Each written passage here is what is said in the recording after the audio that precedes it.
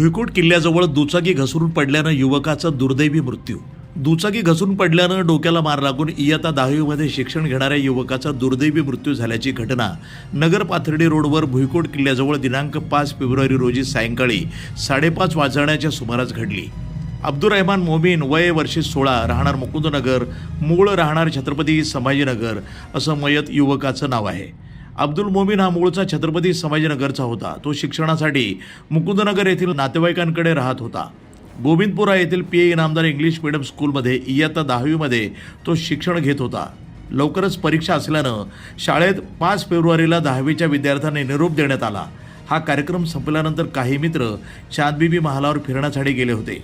तेथून परतत असताना भुईकोट किल्ल्याजवळ अब्दुल याची दुचाकी घसरली. त्यामुळं तो रस्त्यावर पडला. त्याच्या डोक्याला गंभीर इजा झाली. त्याला तातडीनं उपचारासाठी जिल्हा शासकीय रुग्णालयामध्ये नेण्यात आलं. मात्र तेथील medical officer doctor Jayesh Lokhande यांनी त्या तपासून उपचारापूर्वीच मयत घोषित केले. याबाबतचा अहवाल भिंगार पोलिसांना पाठवण्यात आला आहे. पोलिसांनी या अहवालावरनं अकस्मात मृत्यूची नोंद केली आहे. News today 24 Ahilyanagar.